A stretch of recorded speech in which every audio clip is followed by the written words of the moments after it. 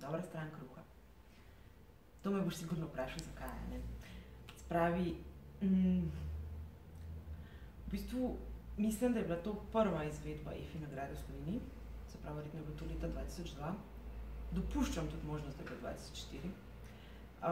Sem bila takrat še direktor projekta na Publicisu, Studio 5 še takrat. Pa smo prijavili Argeto, za katero smo kakšne 2 leti prej začeli delati z novo platformo, regijsko, pač dobra stran kruha, zdaj takrat kot slogan, uveljavljen in tako naprej. In pač sem pisala v EFI, nič kaj dosti vedela o tem. Skupaj z naročnico sva se ful zagrele in to začeli pisati. In potem meni noben ni povedal, da je to zlata nagrada, pač samo vedela sem, da je neka nagrada. No, na koncu pač so podelili srebrne, sem že mislila, da se je Mitja Petrovič malo norca z mene delal, da je nagrada, ker zlata valjda ne more biti. No, pa je bila pa zlata. Tako da, v bistvu, ja, dobra stran kruha. Prve ne pozabiš nikoli. Meni osebno verjetno pač neko afirmacijo strokovnega dela. Po moje EFI zelo podobno, kot je za kreativce je to katerakoli nagrada na kreativnih festivalih, bolj kot je mednarodno boljše. Mislim, da je za pač ta drugi del, accounte, strategije, poslovni del, tudi naročnike EFI zelo podoben. Neka potrditev pravilnega dela, pravilne strokovne zasnove kampanj, pravilnega sledenja ciljev. V končni fazi pravilnega brifiranja oziroma pravilnega sodelovanja s kreativno ekipo, ker v končni fazi so rešitve tiste, ki so jih uporabniki, potrošniki videli in so mogle funkcionirati, ne. Še zmeraj to ni nagrada, ki si jo dobil sam, še zmeraj je to nagrada, ki je v končni fazi vedno nagrada tima, ker zelo težko en sam naredi vse. Tako da ja, pobožen ego in strokovna afirmacija. Kaj je prinesla ekipi? Pa verjetno to isto. Jaz mislim, da EFI nagrada da neko kredibilnost ekipi v agenciji napram naročnikom, napram potencialnim naročnikom, napram strokovni javnosti, da znaš delati tržne komunikacije na pravilen način, na način, s katerim dosegaš cilje naročnikov.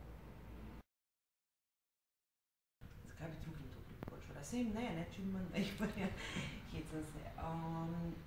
Naj prijavijo zato, ker bojo s tem naučili svojo ekipo, po končni fazi zdresirali tudi svoj način razmišljanja, da bo o zasnovi tržnostnih strategij, komunikacijskih strategij, kreativnih strategij pač sledil neki pravilni logiki od zastavljenih ciljev preko pač kreiranja kampanj, posamičnih elementov kampanj do rezultatov in spet njihove merljivosti nazaj k novim ciljem, ne, se pravi v takem nekem zaključenem krogu.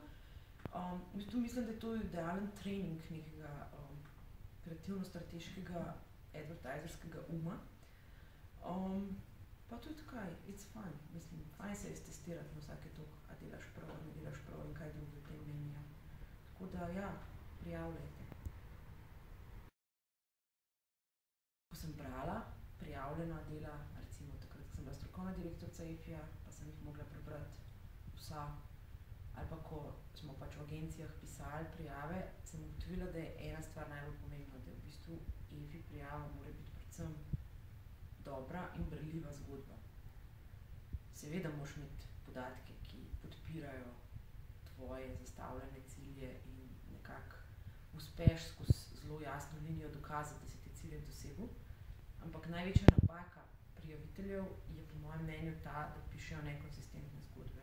Da je ta zgodba v končni fazi zate kot žiranta ali pa za nekoga, ki mora se odločati o tem, ali je to dobro ali slabo, neberljiva.